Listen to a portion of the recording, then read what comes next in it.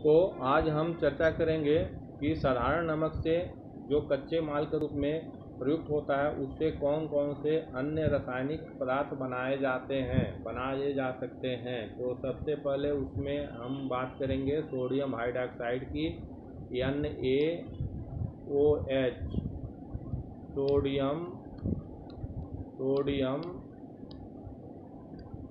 Hydroxide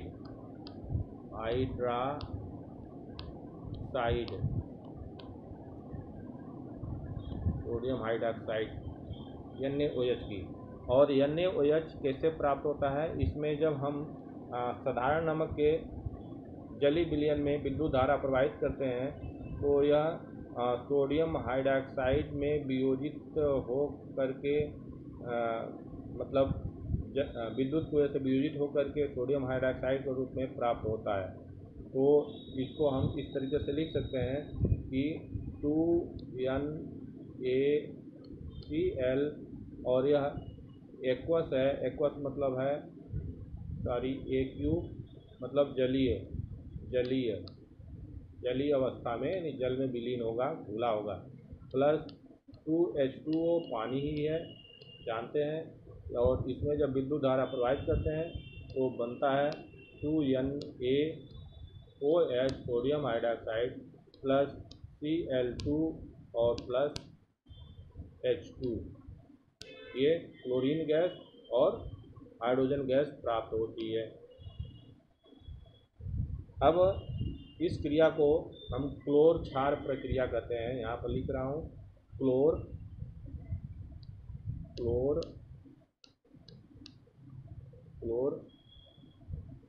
क्षार प्रक्रिया। क्लोर क्षार प्रक्रिया वह प्रक्रिया है जब किसी नमक के जली विलयन में विद्युत धारा प्रवाहित करते हैं तो वह वियोजित होकर के सोडियम हाइड्रॉक्साइड, क्लोरीन गैस और हाइड्रोजन गैस मुक्त करती है। तो उस प्रक्रिया को क्लोर क्षार प्रक्रिया कहते हैं। इसमें क्लोरीन गैस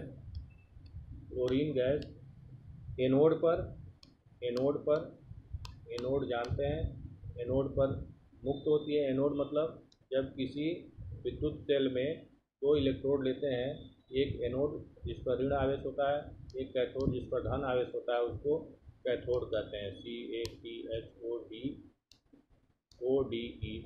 इसको एनोड कहते हैं जिस पर ऋण आवेश होता है, ANODE, एनोड कहते हैं। तो क्लोरीन गैस एनोड पर मुक्त होती है और हाइड्रोजन गैस कैथोड पर, ये एनोड यानी धन आवेश और कैथोड यानी ऋण आवेश। तो हाइड्रोजन गैस ये मुक्त होती है कैथोड पर। यहाँ पर मैं लिख रहा हूँ एनोड मतलब धन आवेशित इलेक्ट्रोड और कैथोड मतलब ऋण आवेशित इलेक्ट्रोड। इस प्रकार से क्लोरीन गैस एनोड पर मुक्त होकर और हाइड्रोजन गैस कैथोड पर मुक्त होकर के पृथक होती हैं। और जो विलयन बनता है उस विलयन में सोडियम हाइड्रॉक्साइड मिला रहता है। इस प्रक्रिया से तीनों जो पदार्थ मिलते हैं वो बहुत महत्व के हैं। तीनों कौन कौन? सोडियम हाइड्रॉक्साइड, क्लोरीन गैस और हाइड्रोजन गैस। ये तीनों पदार्थ का हम लोग बहुत ज़्यादा मात्रा में प्रयोग इसका करते हैं दैनिक जीवन में। अगर हम हाइड्रोजन और क्लोरीन की बात करें तो इससे हाइड्रोक्लोरिक अम्ल बनता है। और यह हाइड्रोक्लोरिक अम्ल कैसे बनेगा? Cl2 plus H2 equal to 2HCl, ये हाइड्रोक्लोरिक अम्ल है। यह हाइड्रोक्लोरिक अम्ल इस्पात की सफाई में, अमोनियम क्लोराइड बनाने में, औषधियों के बनाने में और सौंदर्य प्रसाधन की सामग्री बनाने में इसका उपयोग किया जाता है। इसी तरीके से अगर हम क्लोरीन और NaOH की बात करें तो इससे विरंजक गुण बनता है क्लोरीन CaOCl2। हम आगे चर्चा करेंगे कि क्लोरीन गैस और सोडियम हाइड्रॉक्साइड से जो प्राप्त होगा वह विरंजक चूर्ण होगा। इसका उपयोग घरेलू विरंजक मतलब रंग को उड़ाने के लिए जो सामग्री प्रयुक्त की जाती है, जो रसायन प्रयुक्त किया जाता है उसको विरंजक चूर्ण कहते हैं। तो ये हमारे लिए जो नमक था वह 3 प्रकार के कच्चे माल का स्रोत मिल गया। एक तो सोडियम हाइड्रॉक्साइड के लिए, दूसरा क्लोरीन गैस के लिए और तीसरा हाइड्रोजन गैस के लिए। अब हम बात करेंगे विरंजक चूर्ण के विषय में। तो आइए देखते हैं विरंजक चूर्ण है क्या, कैसे बनता है, उसका उपयोग क्या होता है। तो जैसा कि आप स्क्रीन पर देख रहे हैं, हमने हेडिंग लिखा है विरंजक चूर्ण, जिसका अंग्रेजी नाम है ब्लीचिंग पाउडर। बहुत हम लोग प्रयोग करते हैं। किसी कपड़े पर दाग लग गया उसको साफ करने के लिए। औद्योगिक स्तर पर इसके बहुत सारे उपयोग हैं। इसका रासायनिक सूत्र होता है CaOCl2 और इसको अगर रासायनिक रूप में अगर जाने नाम तो कैल्शियम परक्लोरेट के रूप में जाना जाता है। अब इसको बनाने की जो विधि है वो हमने जो प्राप्त किया था नमक के वैद्युत वियोजन से क्लोरीन गैस, उस क्लोरीन गैस को चूने के पानी या बुझा चूना पर अगर उसको प्रवाहित करते हैं तो ब्लीचिंग पाउडर प्राप्त होता है। तो बुझा चूना CaOH ट्वाइस बुझा चूना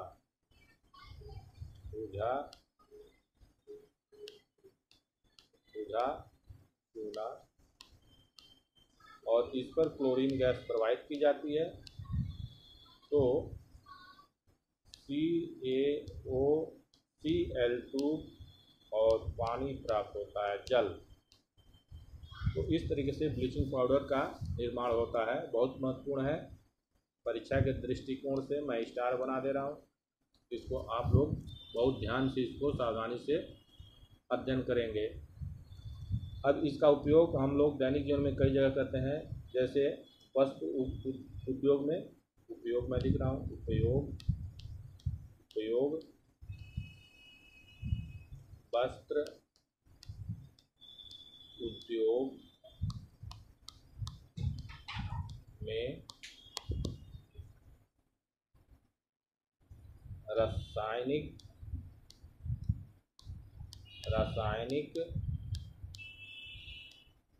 पदार्थों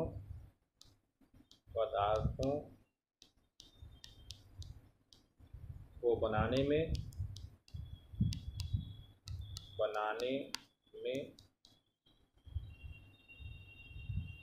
जल को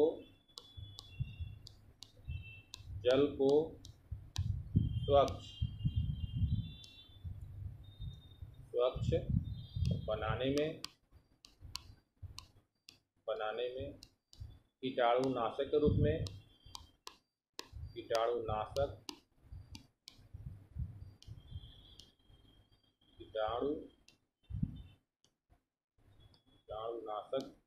के रूप में इस तरीके से इसका हम लोग प्रयोग करते हैं।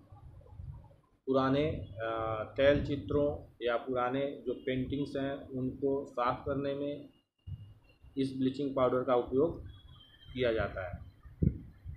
आगे हम बात करने वाले हैं एक अगले लवण के, जिसके विषय में आपको पढ़ना है।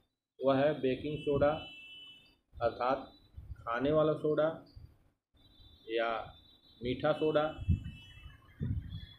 इसका उपयोग हम लोग खाद्य पदार्थों के निर्माण में इसका उपयोग करते हैं। आइए देखते हैं बेकिंग सोडा से संबंधित जानकारी। तो जैसा कि आप स्क्रीन पर देख रहे हैं, अगला जो साल्ट है जिसके विषय में हमको पढ़ना है वह है बेकिंग सोडा। इसका नाम खाने का सोडा भी है या मीठा सोडा के रूप में भी इसको हम जानते हैं। सूत्र इसका NaHCO3 यहाँ पर लिखा हुआ है NaHCO3। तो और इसका जो सूत्र है रासायनिक नाम है वह सोडियम बाइकार्बोनेट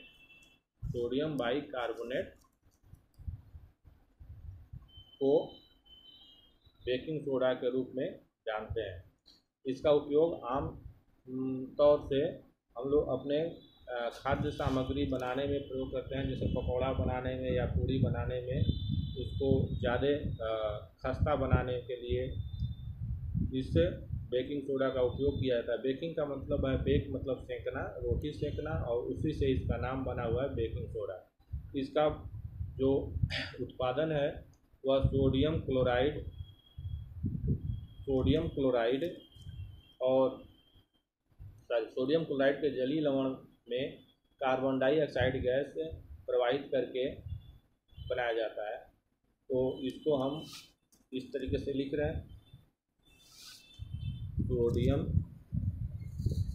क्लोराइड NaCl साधारण नमक प्लस H2O जलीय विलयन हो गया, प्लस इस पर CO2 गैस प्रवाहित करते हैं और अमोनिया गैस भी इसमें डालते हैं। इससे बनता है सोडियम बाइकार्बोनेट NaHCO3 और ammonium chloride NH4Cl। Ammonium chloride प्राप्त होता है, सोडियम बाइकार्बोनेट और अमोनियम क्लोराइड। तो जब ब्राइन सोडियम क्लोराइड के जलीय विलयन में अमोनिया गैस की उपस्थिति में कार्बन डाइऑक्साइड गैस प्रवाहित करते हैं तो सोडियम बाइकार्बोनेट प्राप्त होता है। यह सोडियम हाइड्रोजन कार्बोनेट या सोडियम बाइकार्बोनेट अपने प्रकृति के हिसाब से क्षारक के रूप में होता है, और जब हमें ज़्यादा गरिष्ठ भोजन करने के पश्चात या तैलीय पदार्थ खाने के पश्चात पेट में अम्लता बढ़ती है तो इसका प्रयोग हम लोग पेट दर्द को कम करने के लिए इसका उपयोग करते हैं। तो उपयोग करते हैं क्योंकि यह प्रकृति में क्षारीय होता है और अम्ल के साथ क्रिया करके उस अम्ल के प्रभाव को नष्ट करता है। तो जब ये भोजन बनाने प्रयोग होता है तो किस तरीके से इसका रिएक्शन होता है, तो अगर हम 2NaOH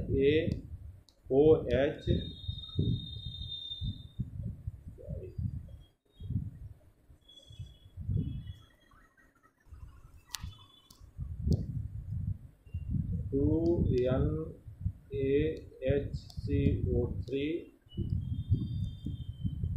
इसको जब गर्म करते हैं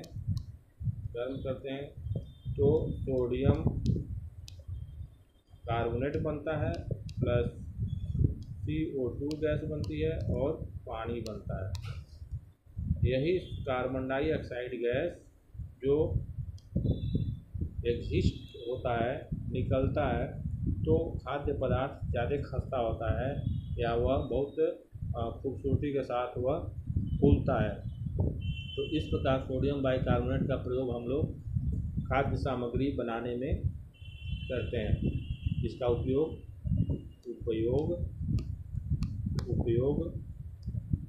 खाद्य सामग्री में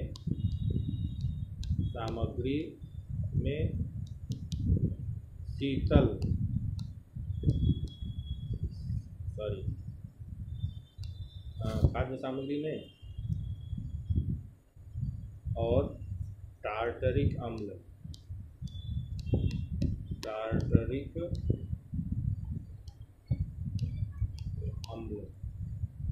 के लिए इसका उपयोग किया जाता है। तो ये था उपयोग। एक और हमने बताया एंटासिड के रूप में, एंटासिड अर्थात एसिड के प्रभाव को नष्ट करने के लिए अग्निशामक यंत्र में